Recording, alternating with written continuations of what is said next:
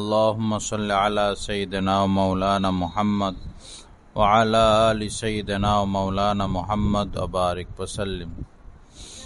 আল্লাহ পাক জাল্লা জালালুহু আমাদের সবাইকে মাফ করে দেন, দ্বীনের সহি বোঝ রব্বুল আলামিন আমাদেরকে দান করেন, হিদায়াতে কামেলা নসিব করে দেন। আমার মা বোনেরা, কখনো আল্লাহ পাকের রহমত থেকে নিরাশ না হওয়া। নিরাশ হওয়া এটা গুনাহে কবিরা, কোনো ক্ষেত্রেই নিরাশ হতে নাই। রব্বুল আলামিন পবিত্র কোরআনুল কারীমের মধ্যে বলেছেন, ওয়ালা তাকনাতু মির রাহমাতিল্লাহ, তোমরা আল্লাহ পাকের রহমত থেকে নিরাশ হইও না। তো কোনো ক্ষেত্রে নিরাশ হতে নাই। কিছু মানুষ এরকম ভাবে যে এত গুনাহ করলাম, এত পাপ করলাম, আমি কি আর জান্নাতে যেতে পারবো? আমাকে কি আল্লাহ পাক কখনো মাফ করবেন? এরকম চিন্তা ভাবনা অনেকে পোষণ করে। এটা ঠিক না। আল্লাহ পাক গফুর, আল্লাহ পাক রহিম। আল্লাহ পাক চাইলে মুহূর্তের মধ্যেই মাফ করে দেন, আর মাফ চাইলে, ক্ষমা চাইলে আল্লাহ মাফ করবেন না, এরকম কোনো জায়গায় না কোরআনে এমন কোনো কথা আছে, না হাদিসে এমন কোনো কথা আছে। বরং বারবারই এটাই বলা আছে যে ক্ষমা চাইলে আমি ক্ষমা করে দিব। ইস্তাগফিরু রব্বাকুম সুম্মা তুবু ইলাইহি। রব্বুল আলামিন বলেন যে তোমরা তোমাদের প্রভুর কাছে ক্ষমা চাও এবং তওবা করো। তো ক্ষমা চাও এটা কেন বললেন? বললেন তো এই জন্যই যে তিনি ক্ষমা করে দিবেন, এজন্যই ক্ষমা চাও বারবার বলেছেন। তো আল্লাহ পাকের রহমত থেকে নিরাশ না হওয়া। অনেকে এমন যে দোয়া কবুল হয় না, তো পরে দোয়া করাই ছেড়ে দেয়, যে দোয়া করি, দোয়া তো কবুল হয় না, তো আর দোয়া কেন করব? তো আসলে দোয়াটাও এটা একটা ইবাদত, দোয়াটাও ইবাদত। ইবাদত কেন ছাড়বেন? আর দোয়া হুয়াল ইবাদা। রব্বুল আলামিন পবিত্র কোরআনের মধ্যে বলেছেন যে দোয়া এটাও একটা ইবাদত। এবং হাদিস শরীফের মধ্যে এসেছে, মান লাম ইয়াসালিল্লাহা ইয়াগযব আলাই, যে আল্লাহ পাকের কাছে চায় না, দোয়া করে না, প্রার্থনা করে না, আল্লাহ পাক তার উপর অসন্তুষ্ট হন, রাগান্বিত হন। এজন্য কখনো নিরাশ হবেন না, চাইতে থাকবেন, সব সময় চাইতে থাকবেন। এটা একটা মজার আমল, মজার ইবাদত। এক বুজুর্গ মানুষ, বাস্তবেই তিনি বুজুর্গ, তো কোনো কারণে তার একটা গুনাহ হয়ে গেল।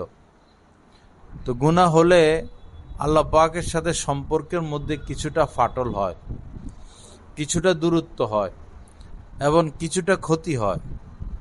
তো ও বুজুর্গ মানুষ, গুনাহ হইল কিন্তু তার কোনো ক্ষতি সে বুঝতেছে না, যে আল্লাহ পাকের সাথে সম্পর্ক ঠিক আছে, সবই তো ঠিক আছে, তো গুনাহ তো করলাম, ক্ষতি তো মনে হচ্ছে না কিছু। তখন আল্লাহ পাক তার অন্তরের মধ্যে এলহাম করলেন যে তুমি মনে করতেছ তোমার কোনো ক্ষতি হয় নাই। আচ্ছা তুমি ভেবে দেখো, মুনাজাতে যে স্বাদ পাইতা, মজা পাইতা, দোয়া মুনাজাতে তুমি যে স্বাদ পাইতা, মজা পাইতা, গুনাহ করার পর সে মজাটা কি এখন পাও? তখন সে চিন্তা করে দেখলো, ঠিকই তো, গুনাহ করার আগে আমি দোয়া মুনাজাতে যে স্বাদ পাইতাম, মজা পাইতাম, সেটা তো এখন পাই না। তো আসলে এটা একটা মজার আমল, দোয়া মুনাজাত একটা মজার আমল। আমরা সবাই আজানের উত্তর দেই, এরপরে ইনশাল্লাহ আলোচনা হবে। তো বলতেছিলাম যে নিরাশ না হওয়া আল্লাহ পাকের রহমত থেকে, কখনোই নিরাশ না হওয়া, বরং আশা রাখা যে আল্লাহ পাক আমাকে মাফ করবেন, আল্লাহ পাক আমার দোয়া কবুল করবেন, এই আশা রাখা। তো রব্বুল আলামিনের কাছে দোয়া মুনাজাত করতে থাকা।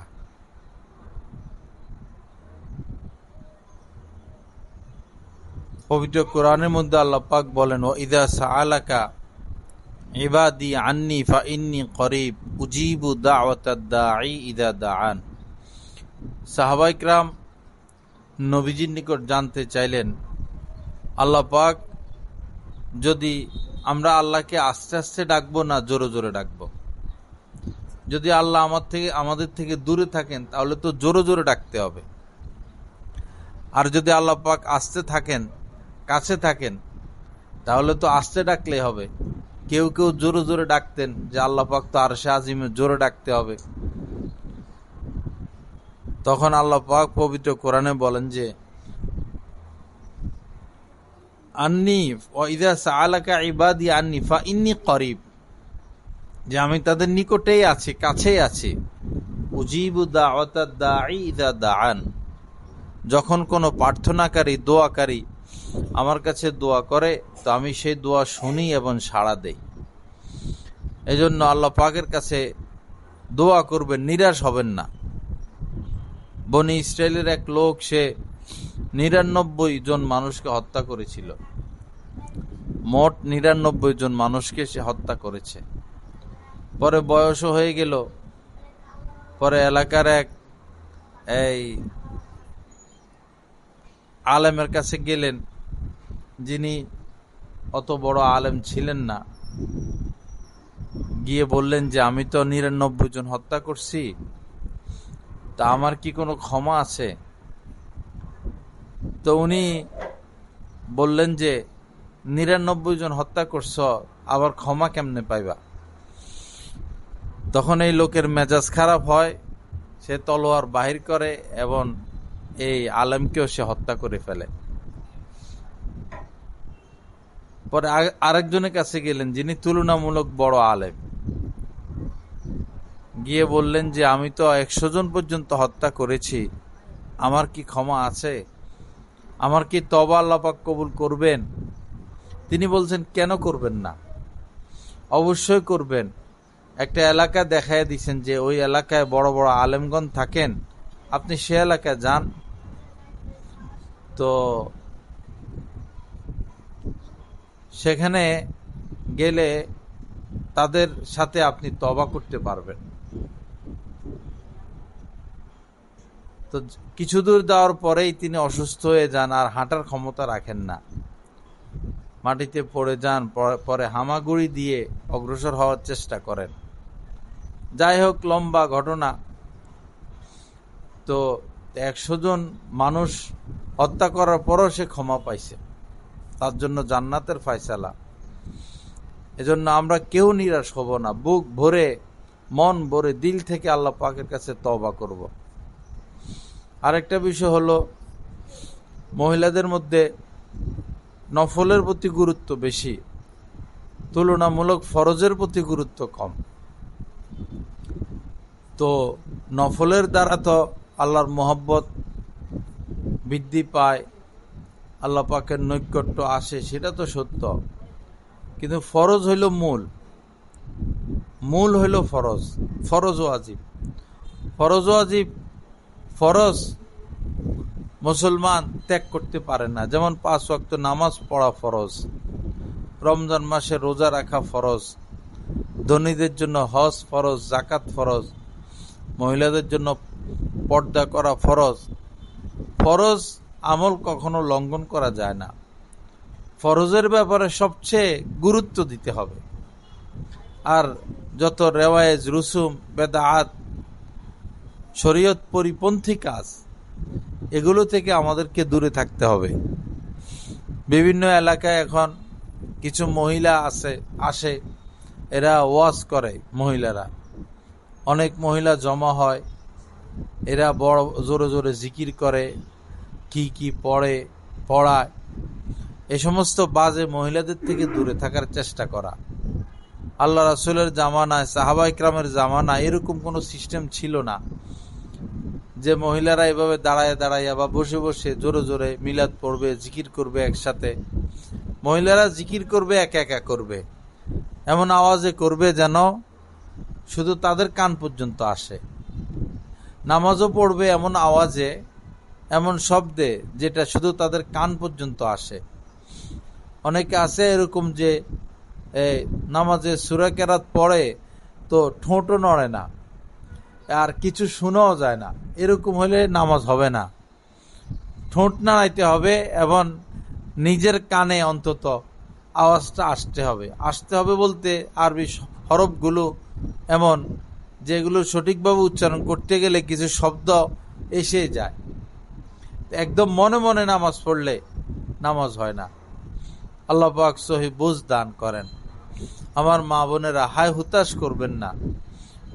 মা বোনদের মধ্যে হাই হুতাশ বেশি। অমুকের ছেলে বিদেশ চলে গেছে, অমুকের ছেলে আমেরিকা চলে গেছে, অমুকের ছেলে অমুকে বাড়ি কিনা ফেলছে, অমুকে জায়গা কিনা ফেলছে, অমুকের অতগুলো গহনা। এগুলা করবেন না, হাই হুতাশ করবেন না। রিজিক আল্লাহর হাতে। আল্লাহ পাক যার জন্য যতটুকু রিজিক বরাদ্দ করেছেন সে ততটুকু পাবে। হ্যাঁ, আল্লাহ পাক দেখতে চান কাউকে অনেক দেন, দেখতে চান সে অনেক কিছু পেয়ে শকর গুজার হলো কিনা। আবার কাউকে দেন না, কম দেন, তার থেকেও তাকেও আল্লাহ পাক দেখেন যে সে কম পেয়ে আমার উপর খুশি কিনা। হাদিস শরীফের মধ্যে এসেছে, ইন্না সাআদাতাল আবদি রিজাহু বিকাযাইল্লাহি তাআলা। একজন বান্দার সফলতা সেটাই যে আল্লাহ পাক তাকে যে অবস্থায় রেখেছেন সে অবস্থায় সে আল্লাহ পাকের উপর খুশি থাকে এবং সন্তুষ্ট থাকে। এটাই বান্দার সবচেয়ে বড় সাআদাত, সবচেয়ে বড় সৌভাগ্য। আল্লাহ আমাদের সবাইকে তৌফিক দেন, মাফ করে দেন। হাই হুতাশ করবেন না, স্বামীকে অন্যায়ভাবে চাপ দিবেন না। আপনার স্বামীর আয় রোজগার কত, হ্যাঁ, তার সেই হিসাবেই তো সে খরচ করবে। আয়ের বাহিরে যদি আপনি চাপ দেন, বেশি বেশি চাহিদা পেশ করেন, তো সে কোথায় থেকে দিবে? পরবর্তীতে হবে কি যে সে অন্যায় পথে হাঁটবে, সুদের পথে হাঁটবে, ঘুষের পথে হাঁটবে। আপনার স্বামীর আয় 15,000 টাকা, 20,000 টাকা, এখন আপনি চাপ দিতেছেন বাড়ি করো, হ্যাঁ, জায়গা কিনো, এই করো সেই করো, তো কোথায় থেকে কিনবে? তার তো আয় এই। বহু মহিলা তো এমনও শুনেছি যে শুধু এই কারণে স্বামীর সংসার ছেড়ে দেয় যে স্বামীর আয় কম। হতভাগা কি করবে? সুখ বুঝে না, আয় বুঝে। সুখ শান্তি বুঝে না, শুধু আয় রোজগার বুঝে। দিকে দেখে যে অমুকে এটা করে ফেলছে, তমুকে এটা করে ফেলছে, আমার স্বামী কিছু করতে পারলো না, আর আমার স্বামী কিছু করার ক্ষমতা রাখে না, তখন স্বামী পর্যন্ত ছেড়ে দেয়। এই লোভী মানুষ জীবনে সফল হইতে পারে না। লোভ ঠিক না। লোভ থেকে দূরে থাকা, নিজের থেকে যারা উপরে তাদের দিকে কখনো না তাকানো, বরং আপনার থেকে যারা নিচে তাদের দিকে তাকাবেন। কত মানুষ আছে ঘর পর্যন্ত নাই, কত মানুষ আছে একটা দুইটা মাত্র জামা, কত মানুষ আছে বর্তমানে এক জোড়া মোজা নাই, কত গরিব মানুষ আছে দেশ গ্রামে, কত মানুষ আছে যে এক জোড়া মোজা নাই, সেই খেতা গায়ে দিয়ে ঘুমায়, একটা কম্বল নাই, একটা মশারি নাই। এরকম লক্ষ লক্ষ মানুষ আছে, তাদের দিকে লক্ষ্য করবেন। অসুস্থ হয়, ওষুধ খাওয়ার মতো টাকা নাই, কত কষ্টে তাদের জীবন অতিবাহিত হয়। আর আমাদের এত কিছু থাকার পরেও আমাদের কোনো শুকর নাই, সবর নাই। হাই হুতাশ, অধৈর্য, আরো লাগবে, আরো লাগবে, আরো লাগবে। এটা ঠিক না। আমাদের চাহিদা তো জান্নাতে গেলে পুরো হবে। আমাদের চাহিদা, যার যত চাহিদা, ওয়ালাকুম ফিহা মা তাশতাহি আনফুসুকুম ওয়ালাকুম ফিহা মা তাদদাউন নুজুলাম মিন গফুরির রহিম। আমাদের জান্নাতে আমাদের মন যা চাইবে আল্লাহ পাক তাই রেখেছেন, এবং আমরা যে নির্দেশ দিব সেটা সাথে সাথে পুরা করা হবে। আল্লাহ পাকের পক্ষ থেকে এটা দয়া, আপ্যায়ন। এজন্য আমার মা বোনেরা, মনের আশা সেখানে পুরা হবে, মনের আশা সেখানে পুরো হবে। হুর গিলমানের কথা আছে, হুরের কথা আছে, হুরেরা অনেক সুন্দরী। বাস্তবে হুরদের চেয়ে জান্নাত দুনিয়ার স্ত্রীরা আরো বেশি সুন্দরী হবে। এই সুন্দরী হওয়ার কারণ হলো হুররা তো আর ইবাদত করে না, দুনিয়ার নারীরা তো ইবাদত করে, নামাজ পড়ে, রোজা রাখে, জিকির আজগার করে। এই ইবাদতের নূরের কারণে হুরদের চেয়েও দুনিয়ার এই নারীরা সুন্দরী হবে। ওইখানে আপনার যত গহনা আপনি পড়তে মন চাইবেন, এক জোড়া কানের দুল, গলার একটা নেকলেস, হাতের মধ্যে চুড়ি, নুপুর, ব্যাসলাইট, আরো যা যা দরকার। যদি আপনি মনে করেন যে জীবনে আমি একবার যে অলংকার পরবো দ্বিতীয়বার সে অলংকার পরবো না, যদি এটা আপনি আল্লাহর কাছে চান, আল্লাহ এই আশা আপনার পুরা করবে যে আমি এই অলংকার শুধু একদিন পরব, জীবনে এটার ব্যবহার করব না। অথবা যদি এমন চান যে সকালবেলা এক ড্রেস, এক ধরনের পোশাক, এক ধরনের অলংকার, বিকেলে আরেক ধরনের পোশাক, আরেক ধরনের অলংকার, এবং এই পোশাক এই অলংকার জীবনে আর ধরবো না, আল্লাহর কসম আল্লাহ আপনার জন্য সেটাই ব্যবস্থা করে দিবে। জান্নাত হচ্ছে এই জিনিসের নাম। এজন্য লোভ করবেন না, স্বামীকে অন্যায়ভাবে চাপ দিবেন না, স্বামীর সেবা করার চেষ্টা করবেন, স্বামীর হুকুমগুলো মানার চেষ্টা করবেন, স্বামীকে কোনোভাবে কষ্ট দিবেন না, শ্বশুর শাশুড়িকে কষ্ট দিবেন না। তারা যদি আপনাকে কষ্ট দেয়, ধৈর্য ধরবেন, আল্লাহর কাছে দোয়া করতে থাকবেন, দোয়া করতে থাকবেন, তাদের সেবা করবেন, তাদের মন খুশি করার চেষ্টা করবেন। হার্ড লাইনে যাবেন না, নরম থাকবেন। ইন্নাল্লাহা রফিকুন ইউহিব্বুর রিফকা ফিল আমরি কুল্লিহি। আল্লাহ পাক, নবীজি বলেন যে আল্লাহ পাক অত্যন্ত কোমল, অত্যন্ত কোমল, প্রত্যেকটা কাজে কোমলতা তিনি পছন্দ করেন, প্রত্যেকটা কাজে কোমলতা তিনি পছন্দ করেন, কোনো কাজেই তিনি কঠোরতা পছন্দ করেন না। এজন্য আমরা কঠোর হব না, কঠোর আচরণ করব না, কঠোর হব না, কঠোর আচরণ করব না, না সন্তানের সাথে, না স্বামীর সাথে, না এই শ্বশুর শাশুড়ির সাথে, কাহারোর সাথে না, কর্মচারীর সাথে। কিছু কিছু মহিলা তো বেশি খারাপ, বেশি ব্যবহার খারাপ, কাজের বুয়া কাজের মেয়ের গায়ে হাত তোলে, অত্যাচার করে, বকাবকি দেয়, নিচু শ্রেণীর লোক বলে, গালি দেয়, তুই কইরা বলে, নিকৃষ্ট বলে। তো আসলে এই মহিলারা অহংকারী মহিলা, এই মহিলারা অহংকারী মহিলা, যে কোনো মুহূর্তে এরা বিপদে পড়ে যাবে। আল্লাহ পাক রাজাকে ফকির বানাইতে পারেন, আবার ফকিরকে রাজা বানাইতে পারেন।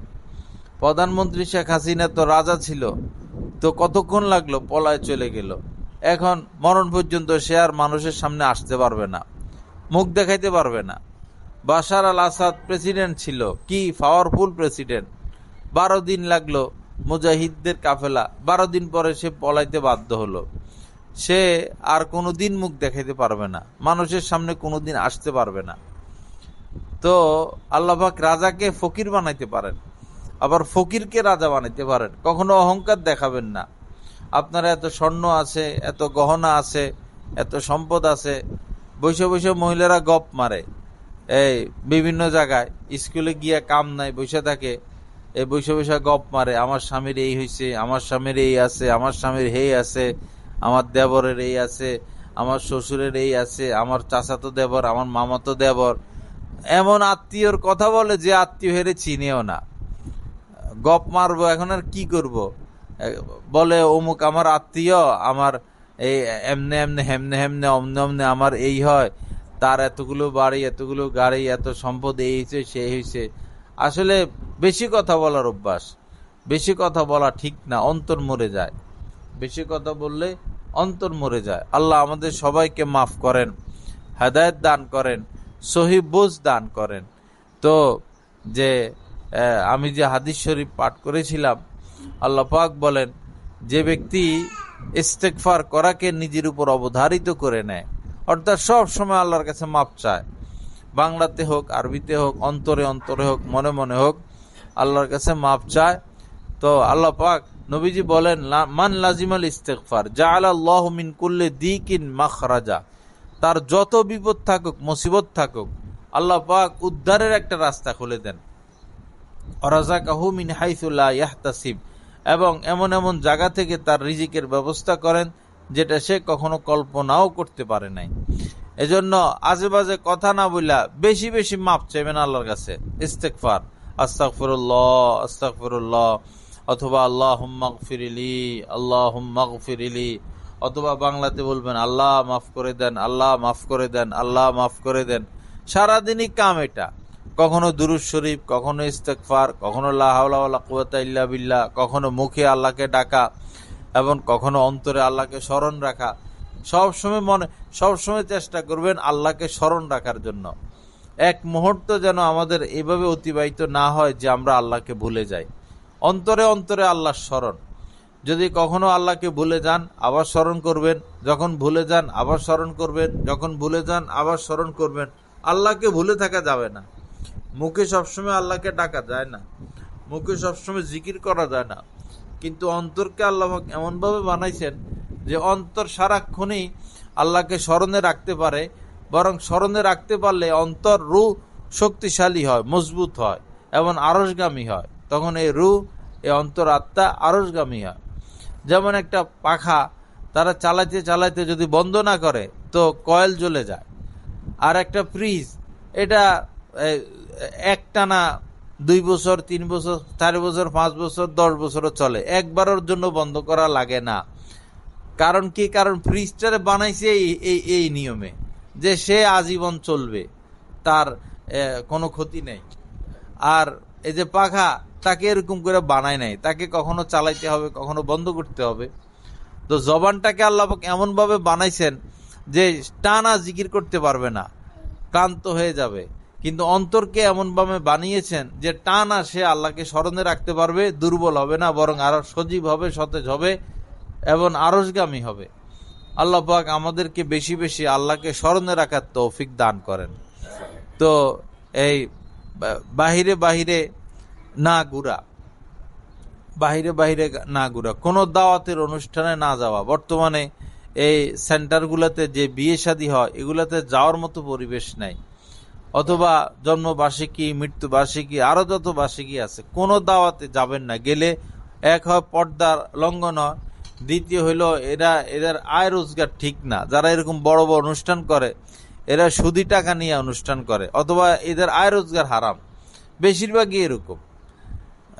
অথবা পর্দা লঙ্ঘন, অথবা এই সমস্ত অনুষ্ঠানে গেলে কোনো মহিলা 5 ভরি স্বর্ণ লাগায় আসলো, কেউ 10 ভরি স্বর্ণ লাগায় আসলো, ওইদিকে আপনার নজর যাবে। কেউ দামি দামি পোশাক পরে আসলো, কাহারো বাড়ির দিকে নজর যাবে, কাহারো ফার্নিচারের দিকে আপনার নজর যাবে। তখন আপনার মন খারাপ হবে, ইবাদত করতে ভালো লাগবে না, আল্লাহকে ডাকতে ভালো লাগবে না। আপনার মনে এটা আসবে, আল্লাহ তাদেরকে এত কিছু দিল, আমাকে কি দিল, এরকম চিন্তা ভাবনা মাথায় আসবে, শয়তান মাথায় দিবে, শয়তানের কামে এটা। এজন্য যে কোনো অনুষ্ঠানে এখন বর্জনীয়, নিজের ঘরে থাকা ভালো। নিজের কাজকর্ম শেষ করে ইবাদত বন্দিগি করবেন, বেশি বেশি জিকির করবেন। আল্লাহই আপন, আর কেউ আপন না। স্বামীও আপন না, স্ত্রী সন্তানও আপন না। মেয়েকে বিবাহ দিলে স্বামীর বাড়িতে চলে যাবে, ছেলেকে বিবাহ করাইলে সে তার স্ত্রী সন্তান নিয়ে ব্যস্ত হবে। তারা আপনার আপন কে রইল? স্বামী আপন। কোনো কারণে যদি আপনার আগুন লাগলো আপনার গায়ে, আপনার মুখ জ্বলে গেল, আপনার মুখে বসন্ত উঠলো, আপনার চেহারা নষ্ট হয়ে গেল, আপনি অসুস্থ হয়ে গেলেন, তখন এই স্বামীর কাছে আপনার আর কোনো পাত্তা আছে? তখন সে ভিন্ন চিন্তা ভাবনা করবে। তো ঘুরে ফিরে এটাই বাস্তব যে আল্লাহ ছাড়া কেউ নাই। বহু মানুষ আছে এই সন্তান সন্তান সন্তান সন্তান করতে করতে লাইফ বরবাদ করে দেয়, জীবন শেষ করে দেয়, পরে এই সন্তানই নাফরমানি করে বসে। বিশেষ করে যারা স্কুলে পড়ায়, কলেজে পড়ায়, সেই বারবার প্রাইভেট শিক্ষকরা আসে, এদেরকে সময় দিতে হয়। মহিলা মা স্কুলে নিয়ে যায়, নিয়ে আসে, এই প্রাইভেট, এই কোচিং, এই স্কুল, এই পরীক্ষা, সন্তান সন্তান করতে করতে করতে করতে পরে এগুলারে নিজের জীবন শেষ করে বড় করে, পরে এদেরকে বিয়ে শাদী করা, এদের ঘর সংসার হয়, পরে আর মায়ের পাত্তা নাই, মায়ের আর দাম নাই। তো আপনার লাভ হইল কি? কি হাসিল করলেন? এগুলোও করবেন, সন্তানকেও দেখবেন, স্বামীকেও দেখবেন, ঘর সংসার দেখবেন, কিন্তু মনে রাখবেন আপনার আপন আল্লাহ, আপনার আপন আল্লাহ। আপনার আসল ঘর হচ্ছে কবর, আসল ঘর কবর। এই ঘরে থাকা যাবে না, এই ঘরে কেউ থাকতে পারবেও না, ছাড়তেই হবে, এই বাসা বাড়ি ছাড়তেই হবে। আল্লাহ আমাদের সবার প্রতি মেহেরবানি করেন, মনকে নরম করেন। প্রতিদিনই এই একটা সময় আল্লাহকে দিবেন, ওই সময় আল্লাহর সাথে কথা বলবেন, আল্লাহর সাথে সম্পর্ক করবেন, চিন্তা করবেন যে আল্লাহ আমার সাথে আছেন, আল্লাহ আমাকে দেখতেছেন, আমি আল্লাহকে দেখতেছি। মোরাকাবা করবেন, প্রতিদিনই এক সময় বসে মোরাকাবা করবেন। একটা হলো মৃত্যুর মোরাকাবা। আপনি অসুস্থ হয়ে গেছেন, হাসপাতালে নিয়ে গেল, আপনাকে অক্সিজেন লাগিয়ে রাখলো, আইসিইউতে রাখলো, নিঃশ্বাস আসে আর যায়, ডাক্তাররা দৌড়াদৌড়ি করে, আপনার বিভিন্ন পরীক্ষা নিরীক্ষা করতেছে। আপনার জীবন বড়ই সংকীর্ণপূর্ণ।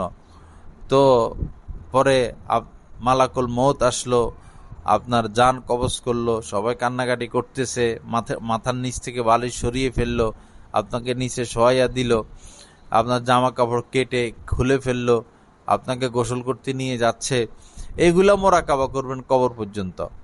অথবা মোরাকাবা করবেন যে আল্লাহ আপনার সাথে আছেন, আল্লাহ আপনাকে দেখতেছেন, আপনি আল্লাহকে দেখতেছেন। এটা বেশি ফলপ্রসূ। আল্লাহ আমাদেরকে আমলের তৌফিক দান করেন এবং আখেরাত কামানোর তৌফিক দান করেন। আখেরাতের দিকে অগ্রসর হই, স্বর্ণ গয়না এগুলা জমায়ে রাখবেন না। স্বর্ণ গয়না অতিরিক্ত না হওয়া ভালো, এগুলা গজব। কানের দুল 2টা হলেই হয়, হাতের চুড়ি 2টা হইলে হয়, একটা হার হইলে হয়। এর বাড়তি গহনার কি প্রয়োজন? গহনা বাড়তি জমা করবেন, এগুলো জাকাত আসে, কোরবানি আসে। জাকাত তো দেন না, কোরবানিও তো ঠিকমতো দেন না। পরে কি হবে? এই স্বর্ণ রূপাকে জাহান্নামের আগুনে গরম করে উত্তপ্ত করে আপনাকে সেক দেওয়া হবে কপালে, পাজরে, পিঠে। এবং এই সম্পদগুলোকে সাপে রূপান্তরিত করা হবে। এই সাপ আপনার গলায় পেঁচানো হবে এবং আপনাকে দংশন করতে থাকবে। আল্লাহ আমাদেরকে হেফাজত করেন, সহি বুঝ দান করেন। অল্পে তুষ্ট থাকবেন। যে অল্পে তুষ্ট থাকে আল্লাহ পাক তার থেকে হিসাবও নিবেন অল্প। যার সম্পদ বেশি তার হিসাব বেশি, তার জন্য আখিরাত অনেক কঠিন। লা ইলাহা ইল্লাল্লাহ। আল্লাহ সবাইকে মাফ করে দেন। খারাপ জায়গায় যাবেন না। বন্ড পীর মাশায়েখের অভাব নাই সমাজে। যে পীর মহিলাদের সাথে পর্দা করে না সে অবশ্যই ভণ্ড পীর। যে পীর নিজে নামাজ পড়ে না, মুরিদানরা নামাজ পড়ে না, সে অবশ্যই ভণ্ড পীর। যে পীর পর্দা করে না, মুরিদানদেরকে পর্দার নির্দেশ দেয় না, সে অবশ্যই ভণ্ড পীর। যে পীরের কোরআন সহিশুদ্ধ না, কোরআন বুঝে না, হাদিস বুঝে না, সুন্নতের উপর নাই, সুন্নতের উপর নাই, শুধু টাকা পয়সার এক ধান্দা খুলে পড়ছে, সে অবশ্যই ভণ্ড পীর।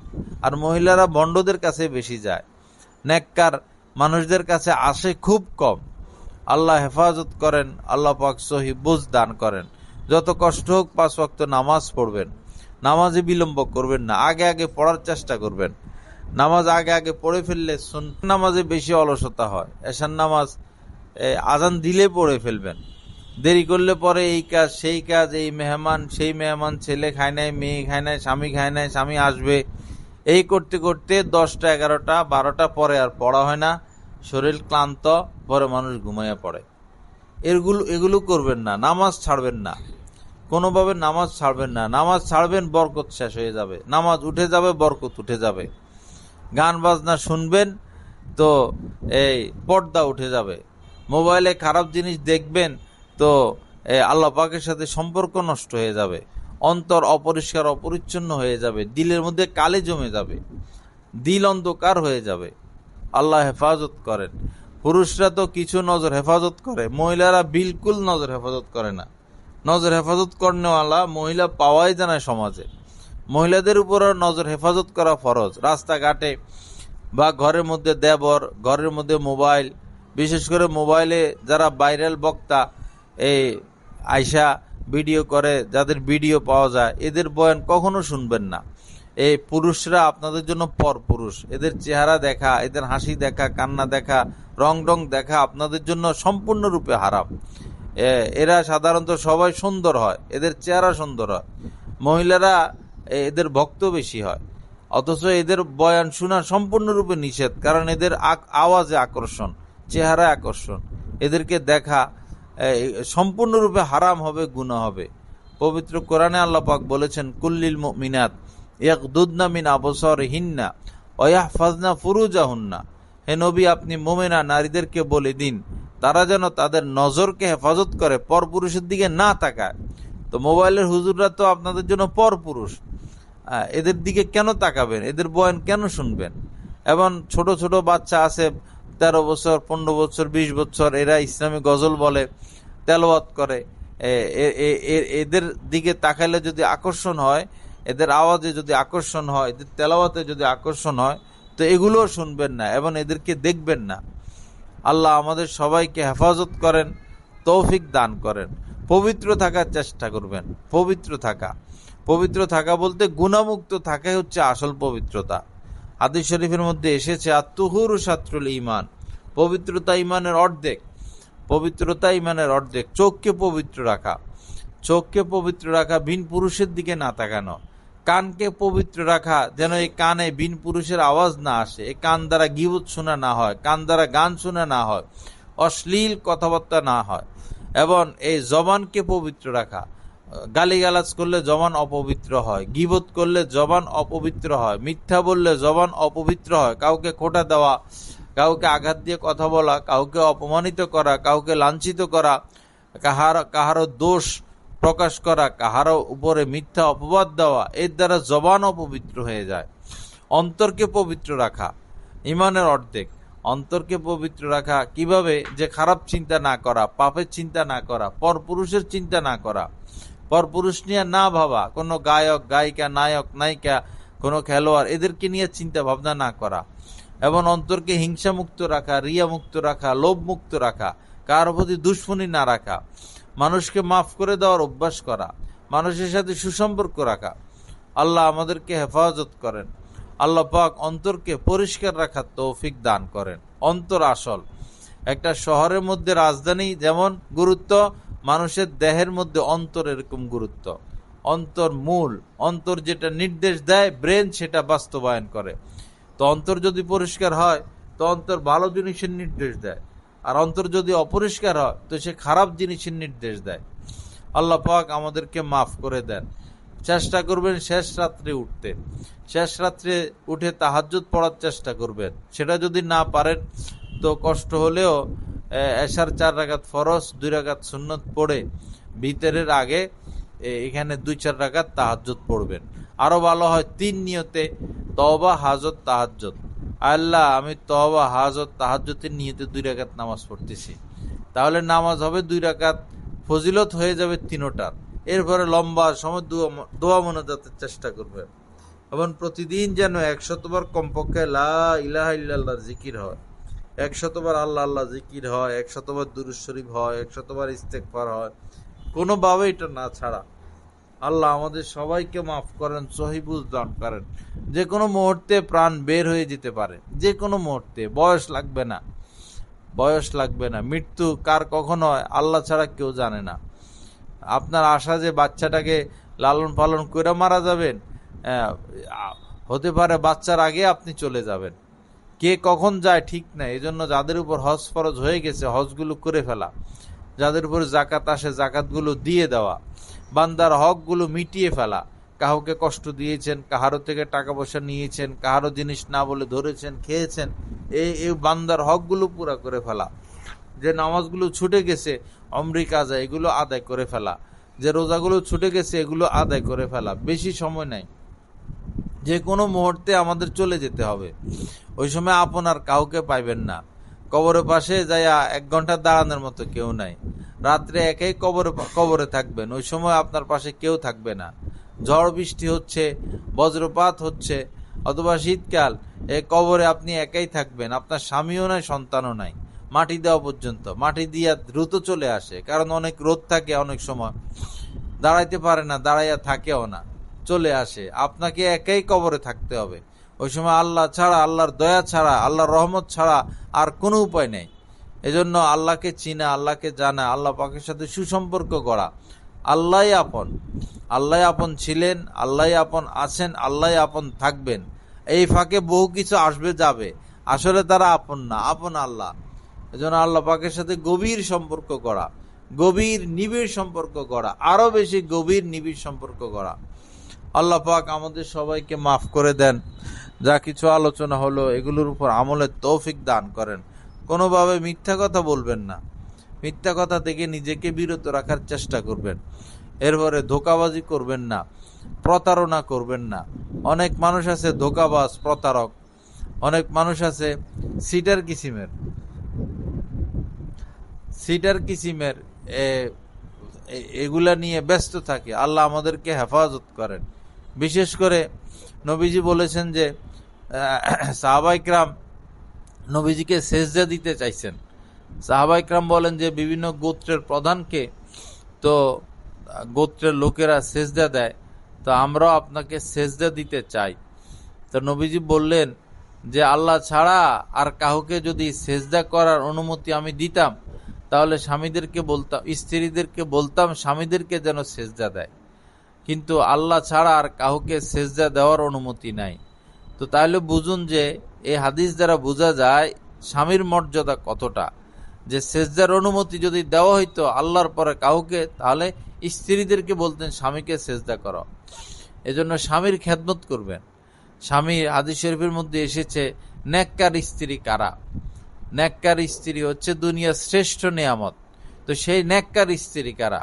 ইদা নাজারা ইলাইয়া সাররাথু, নেককার স্ত্রী তারা, স্বামী যখন স্ত্রীর দিকে তাকাবে তো স্বামীকে স্ত্রী খুশি করে দিবে। ও ইদা আমারাহা আতআতহু, স্বামী যখন কোনো কিছুর নির্দেশ দিবে তো স্ত্রী এটা বাস্তবায়ন করবে। ও ইদা গাবা আনহা হাফিজাতহু, স্বামী যখন স্ত্রী থেকে দূরে সরে যাবে তো স্ত্রী নিজের সতীত্ব, দেহ এবং স্বামীর মালের হেফাজত করবে। এই তিন কাজ যে করবে সে হচ্ছে সতী নারী। স্বামীদেরকে কোনোভাবে নিরাশ না করা, কষ্ট না দেওয়া, কষ্টে ফেলে না দেওয়া, স্বামীর সেবা করা মহিলাদের মূল কাজ, মূল দায়িত্ব। নিজের কষ্ট হলেও স্বামীকে খুশি রাখার চেষ্টা করা, সন্তুষ্ট রাখার চেষ্টা করা। আল্লাহ পাক আমাদেরকে মাফ করে দেন, সহি বুঝ দান করেন। যে নারীর উপরে তার স্বামী অসন্তুষ্ট, তো সে নারীর উপরে তার আল্লাহ পাকও অসন্তুষ্ট।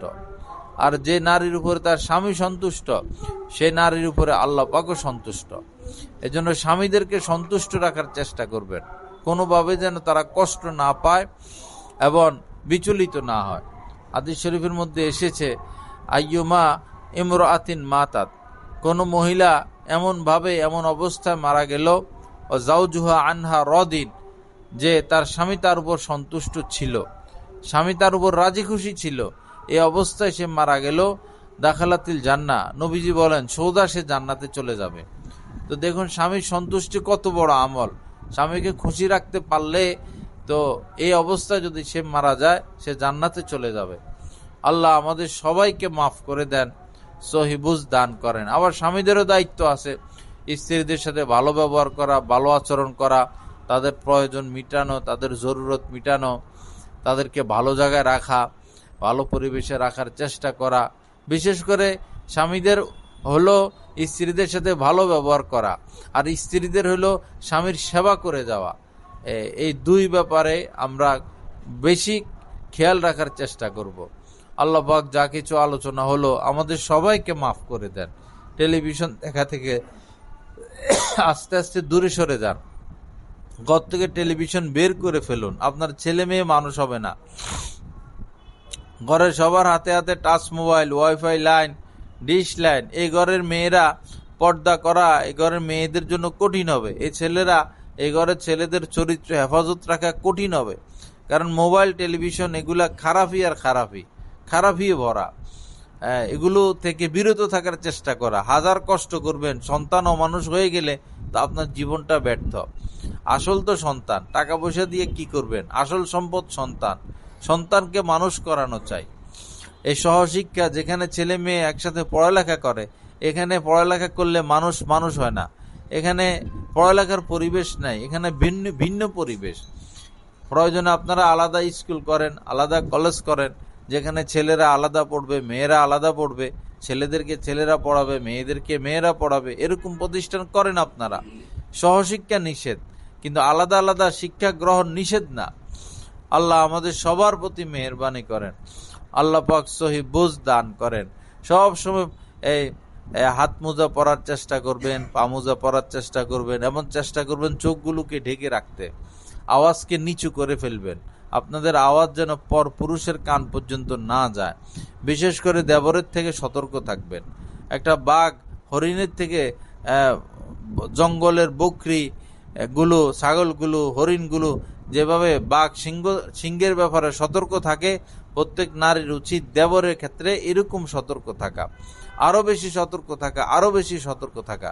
দেবরের সাথে কোনো কারণে যেন কথাবার্তা না হয়, গল্প স্বল্প আড্ডা তো দূরে কথাও যেন না হয়। আবার এমন দেবর যেন আপনার কোনো কিছুই না দেখে, জুতা, পোশাক আশাকও যেন দেবর না দেখে, এতটা নিজেকে গোপন রাখার চেষ্টা করা। আল্লাহ আমাদের সবাইকে পবিত্র থাকার তৌফিক দান করেন। পবিত্র মন রব্বুল আলামিন আমাদের সবাইকে নসিব করে দেন। মহিলাদের আসল হলো পর্দা। পর্দাই আসল। এই নয় যে বিয়ের পরে পর্দা করবেন। বহু মানুষের এরকম ধারণা যে ঘুরাঘুরি যা করার করে লও, পাপ কর্ম পাপ টাপ যা করার করে লও, বিয়ের পর আর করা যাবে না। এগুলো ভুল কথা। পর্দা বিয়ের আগেও, পর্দা বিয়ের পরেও। 6-7 বছর থেকে মেয়েদেরকে পর্দা নিয়ে আসা, তখন এই মেয়েরা নিরাপদ থাকে এবং সাবধান থাকে, সতর্ক থাকে, সচেতন থাকে, কোনো বিপদের আশঙ্কা থাকে না। আল্লাহ পাক আমাদের সবাইকে মাফ করে দেন, আল্লাহ পাকের ভয় দান করেন, গুনাহমুক্ত জিন্দেগি নসিব করেন। যে মহিলারা পর্দা করে না, যে মহিলারা গীবত করে, যে মহিলারা পরপুরুষের সামনে যায়, যে মহিলারা বাজে মহিলা, বিভিন্ন অনুষ্ঠানে যায়, বাজারে বাজারে ঘুরে, এই বাজে মহিলাদের সাথে সম্পর্ক রাখবেন না। বাজে মহিলাদের সাথে সম্পর্ক কেটে দেন। এদের সাথে গল্প করবেন না, এদের সাথে বসবেনও না। ভালো মহিলা খুঁজুন, তাদেরকে সময় দেন, তাদের সাথে গল্প সল্প করেন। আল্লাহ পাক আমাদের সবাইকে মাফ করে দেন, গুনাহমুক্ত জিন্দেগি নসিব করেন। যা কিছু আলোচনা হলো, এই কথাগুলোর উপর আমলের তৌফিক দান করেন। ওয়া আখিরু দাওয়ানা আলহামদুলিল্লাহি রাব্বিল আলামিন ওয়া সাল্লাল্লাহু আলা নবিয়িল কারীম। লা ইলাহা ইল্লাল্লাহ। দুরূদ শরীফ। আল্লাহুম্মা সাল্লি আলা সাইয়্যিদিনা ওয়া মাওলানা মুহাম্মদ ওয়া আলা আলি সাইয়্যিদিনা ওয়া মাওলানা মুহাম্মদ ওয়া বারিক ওয়া সাল্লিম। আলহামদুলিল্লাহি রাব্বিল আলামিন আসসালাতু ওয়াসসালামু আলা সাইয়্যিদিল মুরসালিন ওয়া আলা আলিহি ওয়া আসহাবিহি আজমাইন। রব্বানা যালামনা আনফুসানা ওয়া ইল্লাম তাগফির লানা ওয়া তারহামনা লানাকুনান্না মিনাল খাসিরিন। রব্বিগফির ওয়ারহাম ওয়া আনতা খায়রুর রাহিমিন। রব্বিগফির ওয়ারহাম ওয়া আনতা খায়রুর রাহিমিন। আল্লাহ, আপনি আমাদেরকে মাফ করে দেন। রব্বুল আলামিন আমাদেরকে মাফ করে দেন। আল্লাহ, আমাদের প্রতি খাস মেহরবানি করেন। আল্লাহ, আমাদেরকে গুনাহমুক্ত জিন্দেগি দান করেন। আয় আল্লাহ, দ্বীনের খেদমত আমাদের থেকে কবুল করে নেন। অনেক মা বোনেরা এখানে উপস্থিত হয়েছেন, সবাইকে আপনি মাফ করে দেন। সবার জীবনে সুখ শান্তি দান করেন। সবাইকে অভাব অনটন থেকে হেফাজত করেন। আয় আল্লাহ, অসুখ বিসুখ থেকে হেফাজত করেন, কষ্ট থেকে হেফাজত করেন। রব্বুল আলামিন এই ভৈরবের সকল মেয়েদেরকে, মহিলাদেরকে পর্দা করার তৌফিক দিয়া দেন। এই শহরকে ইসলামী শহর হিসাবে কবুল করেন। আল্লাহ, ভৈরবকে ইসলামী শহর হিসাবে কবুল করেন। যত অন্যায়, অবিচার, লুটপাট, সন্ত্রাসী, ডাকাতি, মাস্তানি হচ্ছে, এগুলো বন্ধ করার সুব্যবস্থাপনা করে দেন। আয় আল্লাহ, খারাপ মানুষদেরকে আপনি দাবাইয়া দেন। আল্লাহ, এদের কপালে হেদায়েত না থাকলে এদেরকে ধ্বংস করে দেন। আল্লাহ, ভালো মানুষদের হাতে নেতৃত্ব দান করেন, ভালো মানুষদেরকে উপরে উঠাইয়া দেন। আয় আল্লাহ, সুন্দর একটা সমাজ ব্যবস্থাপনা আপনি করে দেন, সুন্দর একটা পরিবেশ ভৈরববাসীকে আপনি নসিব করেন। আজকের এই বয়ানকে আপনি কবুল করেন। আয় আল্লাহ, মহিলারা অনেক কষ্ট স্বীকার করে আসে, তাদেরকে উত্তম থেকে উত্তম বদলা দিয়া দেন, তাদের মনকে নরম করে দেন। আপনার ভয় তাদের অন্তরে দান করেন, নবীজির মোহাব্বত তাদের অন্তরে দান করেন। আল্লাহ, এই বাড়িকে আপনি কবুল করেন, বাড়িওয়ালাকে কবুল করেন। উনি দুনিয়া থেকে বিদায় নিয়েছেন, ওনার কবরকে নূর দ্বারা ভরপুর করে দেন। আয় আল্লাহ, জীবদ্দশা যে গুনাহগুলো করেছিলেন, আয় আল্লাহ, দয়া করে গুনাহগুলো মাফ করে দেন। আয় আল্লাহ, বাড়িওয়ালি উনি আছেন, উনাকে আপনি সুস্থ রাখেন, নিরাপদে রাখেন, ঈমান আর তাকওয়ার সাথে বেঁচে থাকার তৌফিক দান করেন। আমাদেরকে পূর্ণ ইখলাস দান করেন। আয় আল্লাহ, তাকওয়া দান করেন। আমাদেরকে নজর হেফাজতের তৌফিক দিয়া দেন। আত্মার সমস্ত ব্যাধি থেকে আমাদেরকে হেফাজত করেন। ইয়া কারীম, যে কোনো পেরেশানি, অস্থিরতা, বিপদ, মুসিবত থেকে, আকস্মিক বিপদ থেকে আপনি আমাদেরকে হেফাজত করেন। আমাদের বাচ্চাদেরকে হেফাজত করেন, আমাদের স্ত্রী সন্তানদেরকে হেফাজত করেন। আল্লাহ, সবাইকে কামিল দ্বীন আপনি নসিব করে দেন। সুবহান রাব্বিকা রাব্বিল ইজ্জাতি আম্মা ইয়াসিফুন ওয়া সালামুন আলাল মুরসালিন আলহামদুলিল্লাহি রাব্বিল আলামিন। আমিন বিরহমাতিকা ইয়া আরহামার রাহিমিন।